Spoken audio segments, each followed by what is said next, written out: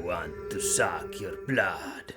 Nah, just kidding. I'm not a real vampire. This isn't a real cape and this isn't a real hat. Vampire or not, why would I want to suck your blood? I'd rather have you sucking my dick. What is it with vampires that intrigues us so much? I do have a little theory. Maybe it's cause they remind us of lawyers. Lawyers, they like to suck the life out of human beings, but they're also usually successful and very rich. That's what everyone usually wants to be. And they don't have any soul, which would hinder their path to success and glory. Yeah, I'm kidding. I'm sure there are lawyers that are nice. I mean, we do have blurry pictures of Bigfoot too, so you never know. Anyway, since it's Halloween month, I thought it would be fitting to do something horror themed and list my all-time favorite top 7 vampire movies of all time. I'm excluding Blade movies and Underworld movies because they don't really... I love Blade movies, Underworld movies. They're alright for a hangover watch. I count them more as comic book movies, so yeah, they're not gonna make this vampire listing. Let's keep it more traditional here, okay? Let's start this list.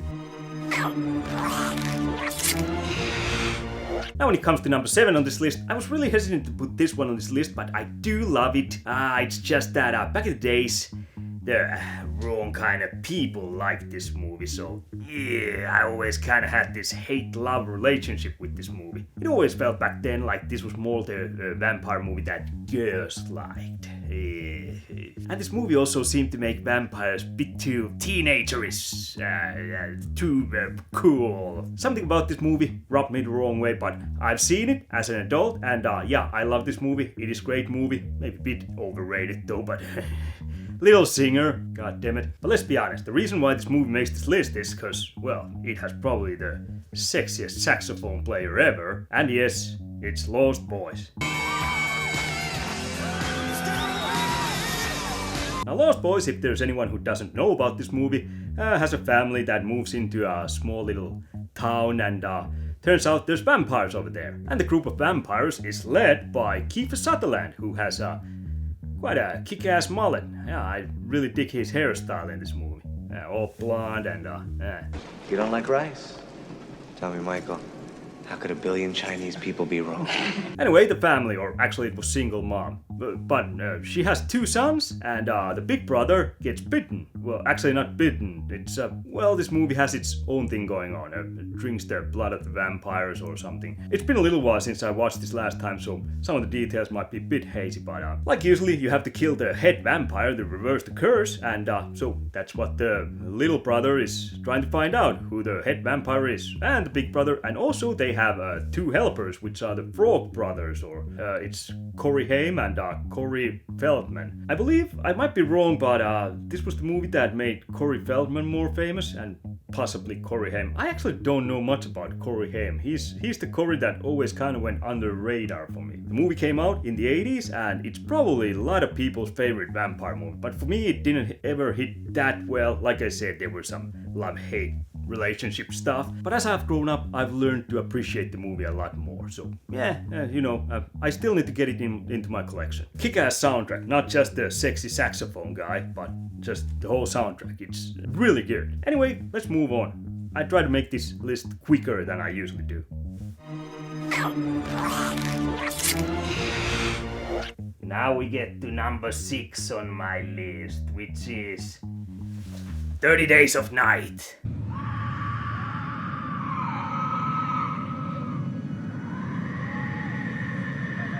What a fantastic idea. I love this movie. It's so great. Once it was released, I watched it like every day for a week or 2 or something. So gritty, so violent, but the idea, it takes place in Alaska and 30 Days of Night. You know, because up there, well, I live in Finland, so I know something about being in the dark, but I live in southern Finland, so during the winter times, we do get like 2-3 hours of light. We're not like that off from sun at any point of the year. During the summertime though, we do have constant sun. You know, there's the nightless night where it's just sun is shining throughout the whole goddamn night, and it's really annoying if you're trying to sleep. But the opposite, 30 Days of Night, that is fantastic idea for vampire movie. I really love it, and how they did the movie. It's a small town in Alaska. It's got Fuck, I always keep forgetting who the main guy was who was starring in this movie. He was one of those pretty boys I always hated. I know, I'll just use my vampire telepathy skills to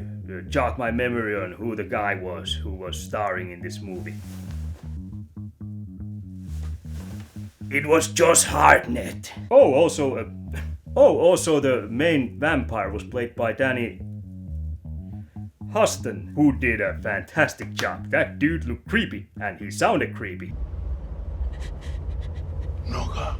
One of my favorite vampires on screen. And these vampires weren't the sexy kind, who seduced you and, tried to get you in bed and then just sucked you dry, but never gave you the big O. No, these were brutal and greedy. They just, it was 30 Days of Night, so they were just rampaging throughout the town, and all the people were kind of hiding in all those houses, trying to find places to hide. And that's pretty much the movie, everyone's just hiding, trying to survive the 30 Days of Night. And it's really gory. Once the vampires got their hands on you, you were mincemeat. In this movie, actually, the vampires felt like they were a real threat. I mean, they were strong. They ripped you to pieces. The humans had no chance against them. They were like Terminators, I felt like in this movie they never dumped them down for scenes just because of script thingies, No, I actually think that this movie was really well made and written from start to finish. It was so goddamn good and gritty. I highly recommend you go watch this movie. I really do love this. This is so goddamn good. And it's scary, it's gritty, it's dark, it's just savage. Savage. That's a good word to describe the savage. 30 Days of Night. I'm gonna move on. Gotta go. Sun's coming up.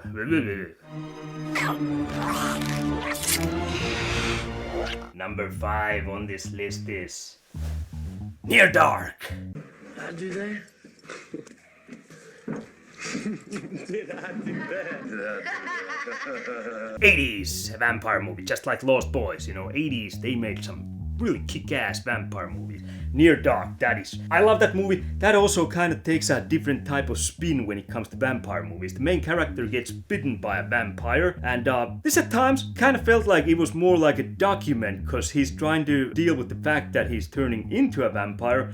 So they're mostly focusing on the vampire family he's part of. So that's kind of interesting. It's showing more how the vampires just live together and hunt together and all that. It almost feels like it's a documentary. Some poor bastard just went into vampire lair and started filming. And for some weird reason they didn't eat the cameraman. Really love the approach this movie takes into vampires. Also, what helps this movie a lot is great cast. Bill Paxton. Come on, he's fucking fantastic. Hey, ever tell you the one about Buffalo Bill? Bill Paxton he's insane and he's great. But my favorite, even though Bill Paxton, may he rest in peace, always loved him. But this one has Lance Henriksen as the main vampire. He's not as outlandish or as flashy as Bill Paxton, but goddammit, Lance Henriksen. I've always loved Lance Henriksen. We give him a week to see if we can call him one of us. Is Lance Henriksen or Lance Henriksen? I always mix those, O or E. Well, anyway, Lance is kind of the head vampire here, so yeah, I love him. Oh, and also this one had Janet Goldstein, who's probably best known for being Vasquez in Aliens. Love her, she's awesome. The whole cast in this movie, loved everyone, they were just so great. Just the whole approach, it's like a road movie with vampires, kind of. Just trying to survive, during daytime, they have their car, they're driving around US in their car, and they have the windows taped up and all that with black garbage bags and all that, so the sun won't get in, and just trying to find motel rooms for the day, and such a unique approach to vampires that I highly recommend this movie also if you haven't seen this. This one's kind of a smaller budget, so this one might have flew under some people's radars, unlike Lost Boys, so definitely, if you get a chance, watch this. This wasn't as bloody and gory as 30 Days of Night, and not as gritty, but it was, kind of dark tale of how to get along with your vampirism, once you've been. I do recommend this highly, go check it out. Anyway, I'm gonna move on,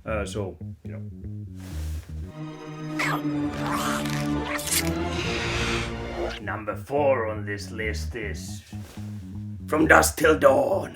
This piece of shit here, man, broke my finger and my nose. And this faggot kicked me in the ribs while I was down. This cape is actually, this is hot, and also this goddamn hat. I got like a red ring here. I can't take it off now because now it looks stupid. From Dusk Till Dawn. Funny thing, I did this already, but I forgot to push the record, so I'm gonna do this again. I'm gonna be quick. From Dusk Till Dawn, it's a fantastic movie. I love it. Starring George Clooney, Quentin Tarantino as these two criminals who are trying to escape to Mexico because they robbed some banks and they're criminals and they've killed like Texas Rangers and stuff. So things are not looking good. Once you go and kill some Texas Rangers, if they're gonna catch you, you're gonna get a beating. Probably something worse than beating. But those are the risks you gotta take when you rob banks. So they try to get to Mexico and they kidnap this family. The family is basically dad, played by Harvey Keitel, and then there's daughter, played by Juliette Lewis, and then there's a son, played by... I don't even know who the actor is, but there's a son, Ernest Liu. So basically the first half of the movie, George Clooney and Quentin Tarantino are trying to get to Mexico and get to safety. Where are you taking us? Mexico. What's in Mexico? Mexicans.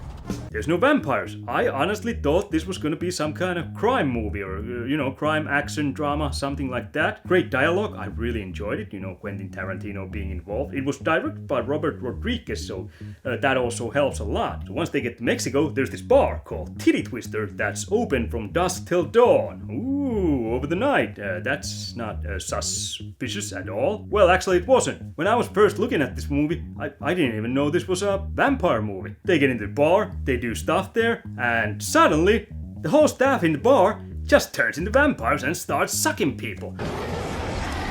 What the fuck?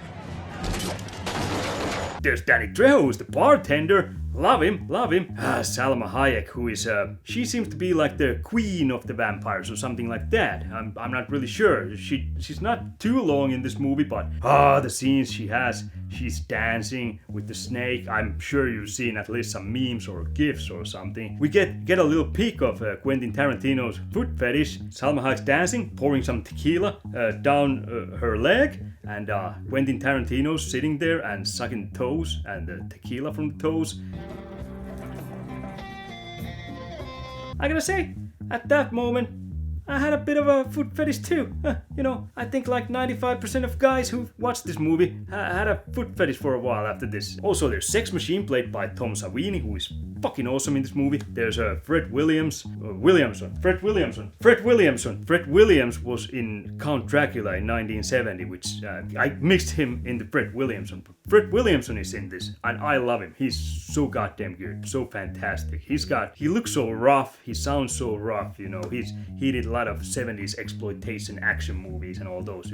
Just a man's legend. Unfortunately, not too many people have heard about him. He deserves more fame. But last, and certainly not least, this one also has Cheech Marin, who plays 3 different characters. But the best one is Chet, who's kind of the, not bouncer, he's kind of more a PR person in front of Titty Twister. He has this amazing monologue, amazing speech about pussy, different kind of pussies that they're selling in there. That has got to be one of the best, if not the best monologue ever made in movies. It's just him listing different types of pussies they got. You gotta see that. We got silk pussy, velvet pussy, nalga hide pussy, even got horse pussy, dog pussy. Anyway, so the last half of this movie is just really bloody carnage. It's a bloodbath. Everyone's getting sucked or hacked to pieces, and vampires are getting staked, and they just explode and burn, and there's this green slime all over the place, and it's so fun. It's so goddamn good. I love this movie. But yeah, especially if you're watching this first time, that twist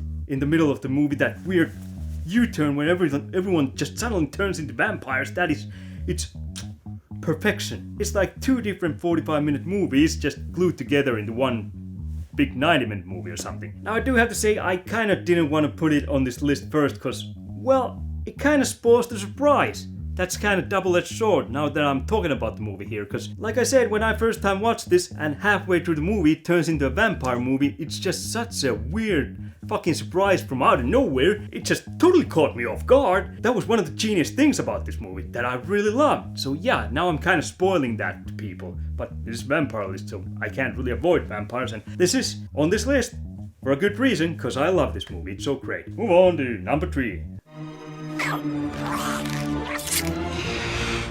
Number 3 on this list is Let the Right One In.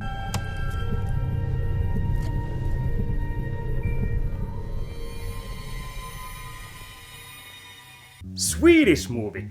There is also American remake, which it was alright, but the Swedish, the original, is way better. So that hurts a lot to say that and put this movie on this list because I'm Finnish. Swedish are our natural enemies. What are you gonna do? What are you gonna do? So anyway, let the right one in. It's about a little kid, little boy who goes to school and he's being bullied and he's all alone and life's not looking too good. One day or night, I should say, he befriends a girl. Turns out the girl is a vampire. So yeah, they become friends because vampires are a better friend than some bullies. Obviously, bullies aren't your friend. They're out there to bully you. So if you don't have friends, doesn't really hurt to give a vampire a try. This is a really unique story also. I feel like every movie on this list are kind of different in a lot of ways.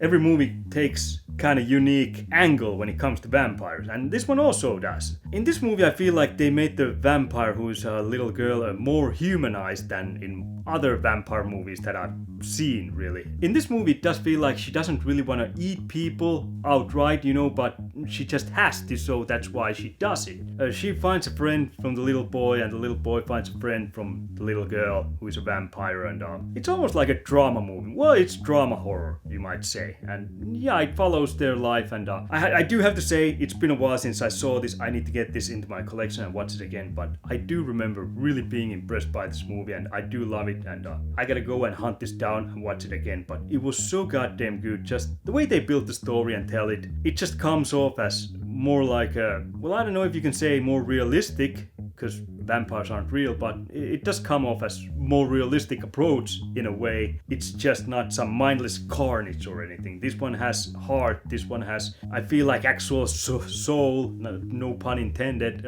behind it. Like someone wanted to craft just a real good story, and it is dark still.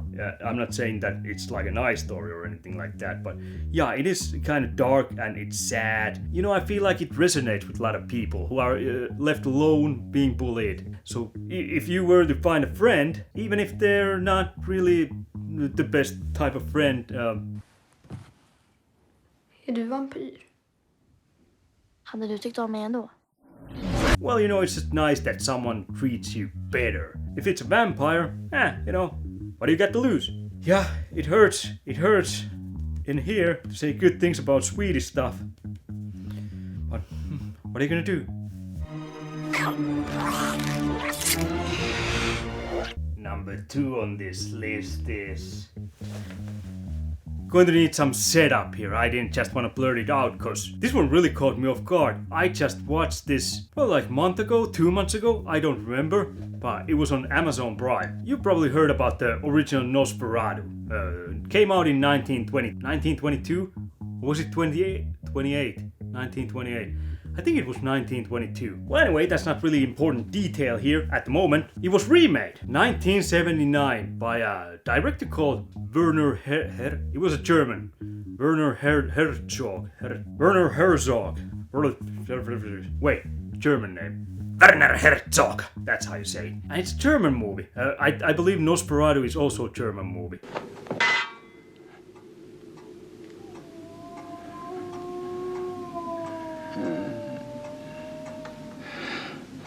The knife is old and could be dirty.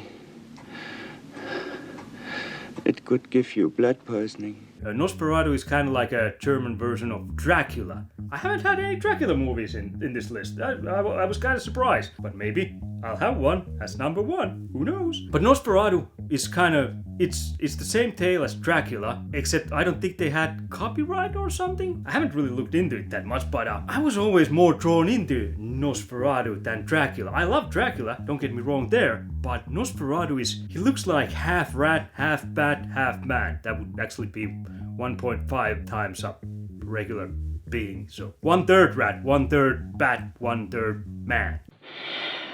The absence of love is the most abject pain. But he's what he is, and he's bald, he's got those teeth there, and in this one, 1979 Nosferatu remake, the Nosferatu character, Count, why do I want to say Count Dooku? That's from Star Wars. Okay, now I'm a bit confused. He is called Count Dracula here. I'm looking from IMDb. But he was called Count Orlok. I watched the German version. So if you watch the English version, Is he Count Dracula there? Because I haven't seen that. I watched where they speak German, and apparently that's 10 minutes longer version also, but I don't remember him being called Count Dracula ever. I think he was called Count Orlok. I mean, he was. Here it says Count Orlok. Just goes to show you how I do my research while I'm filming. Kinda stupid way, but I was never really a number or detail guy. Anyway, his name is what it is. It's Klaus Kinski, the actor. So he's playing Count Orlok, and he's creepy as fuck, because you know, the dude is in real life apparently was really just unhinged and creepy as fuck anyway, so, you know, it's a part he was born to play. But yeah, since Nosferatu is apparently the German version of Dracula, he's not looking for a place from London, he's looking for a place from Wismar, Germany, which is a German little town. So there's a real estater guy called Jonathan Harker, played by Bruno Ganz. I knew it, Bruno Ganz, played by Bruno Ganz, Jonathan Harker, who goes into the castle of Dracula, Count Orlok, and you know, same story that's been told many times, Dracula story. This movie really caught me off surprise. I was kind of looking for something maybe a bit on the lighter side to watch during that night. I've heard a lot about Werner Herzog. He's a real famous director who apparently was huge influence on movie industry overall, because I didn't know the guy was apparently just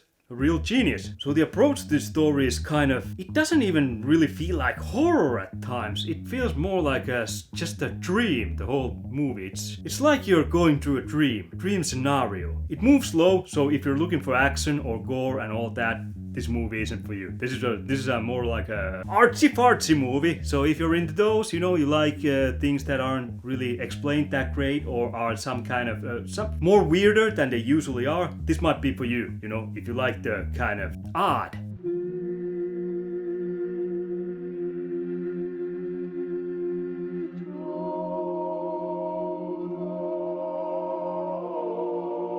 Anyway, everyone probably knows how the story goes. The actors did so fantastic job in this, and I gotta say, the most standout actor or actress actually in this one was it wasn't Klaus Kinski. I loved him, but real creepy. But still, it was Lucy Harker, who was Jonathan's wife. She was played by Isabelle Adjani, who I had never heard of before. She fit that role great. Salvation comes from ourselves alone. For the longest time I've been trying to make my top 10 female actress list. I've done my top 10 male actors list, and now that's another name I gotta throw in the mix, and I gotta get more of her movies so I can see if I can put her on the list or not. But yeah, she really blew me away. Never heard of her before. She was fantastic in that movie, and Klaus Kinski, they worked really great together. And the guy who played Jonathan Harker, he was alright too, you know. The whole setting in this movie, they used like ton of rats. That was impressive. There were streets that were filled with rats, and I heard that the director actually wanted more rats, but the studio or the guy who handles the rats said, no, you know, you can't have. But still, they got like shit tons of rats. They were all like pet rats, domesticated, and it looks impressive. But yeah, best way I can describe this movie is, it's the story of Dracula, but it's like it's going through a dream, if that makes any sense. I can see a lot of people being bored by this movie, but nope, not me. I would have been if I've seen this as a kid or a teenager or something. I would have said, artsy-fartsy, fantastic. I don't know where I'm going with these ramblings. I'm just gonna move on to number one. This really surprised me. Moving on. And last but certainly not least, because this is number one on my list, it's Fright Night. Now, we wouldn't want to wake your mother, would we, Charlie? Then I'd have to kill her, too. 85. That's right. We've had all these magnificent movies, artsy films like, you know, the one that I just talked about, Nosferatu, 1979 remake, and we basically had all the other 80s big vampire movies, Near Dark and Lost Boys, but when it comes down to it, Fright Night. That's my all-time favorite vampire movie. It's so entertaining, I never get bored of it. I can watch it again and again and again. I'll just be in a constant state of happiness while I'm watching this. It's so great, I fucking love it. Are you convinced now that Mr. Dandridge is not a vampire? It can't be.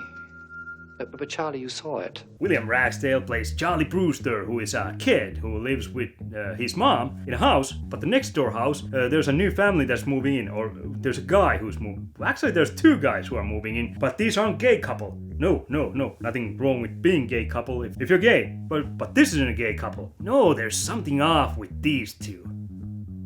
Well, it was the 80s. If they would have been gay, people would have said that there's something off with these two back then. So the other guy is kind of like a servant and gardener and all that stuff. But the main guy, who is the rich guy who owns the house, he does have some girls over at times. Weirdly, they don't seem to leave the house really. So Charlie, because he's a peeping Tom, he likes to keep his binoculars handy. Not creepy at all, Charlie. Anyway, he likes to spy on his neighbors with the binoculars. He starts spying the next door neighbor, and he gets suspicious. Especially that one time when the neighbor's making out with a hot chick and fangs grow. So that would make anyone suspicious, I guess. But yeah, the main vampire guy is played by Chris Sarandon, and the character's name is Jeff Dandridge, which is not the most impressive vampire name, but despite that, he has got to be probably my favorite vampire on screen ever. Real close to there, if you just pick the vampire characters. Overall, this movie is my favorite, apparently, because it's number one here, because it's got horror, it's got comedy, and just the perfect blend of those. It's such an entertaining movie, it's just so easy to pick up and watch over and over again. You can't feel bad when you're watching this, it's so fun. Is that a vampire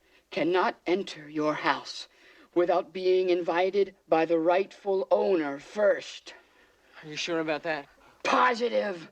Actually, as a kid, I had to turn this movie off towards the end because there's one guy who's, I don't want to spoil anything, but let's just say great practical effects, and there was really creepy scenes, so, I was like, fuck this, I ain't watching this, I'm gonna see nightmares. So yeah, this was one of those that could have been on my most traumatizing movies list too, but it took a couple of years after that, and I watched it again, and I loved it.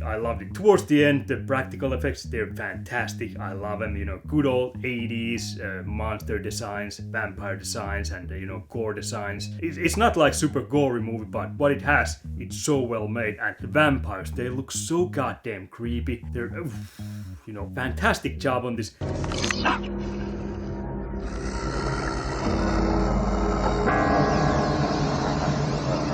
And also, I really love that there's this kind of meta joke almost about vampires, because there's this TV show that has this guy called Peter Vincent. Apparently comes from Peter Cushing and Vincent Price, who did a lot of horror movies in the early days. But he plays on TV this vampire hunter, and the actor's name was Roddy McDowall. I've always seen him in things too, I always love him in every role he does. He's just such a fantastic guy. So Charlie actually gets in touch with the vampire guy from TV. That's the only vampire hunter he knows. Obviously, he's not gonna take it seriously because he just plays a vampire hunter on TV. So, that's kind of funny event that kind of occurs, You have a vampire as your next door neighbor. What are you gonna do? Who are you gonna call? Because as far as we know, vampires aren't real, but suddenly, what if they were? Well, then you're gonna try the stuff you see on TV. So yeah, it's just so well made and entertaining movie from start to finish. I love this movie. I watch it over and over again. Actually, there was Fright Night 2. I want that. I saw that once and I thought that was really entertaining too, but that is a bitch to find as Blu-ray or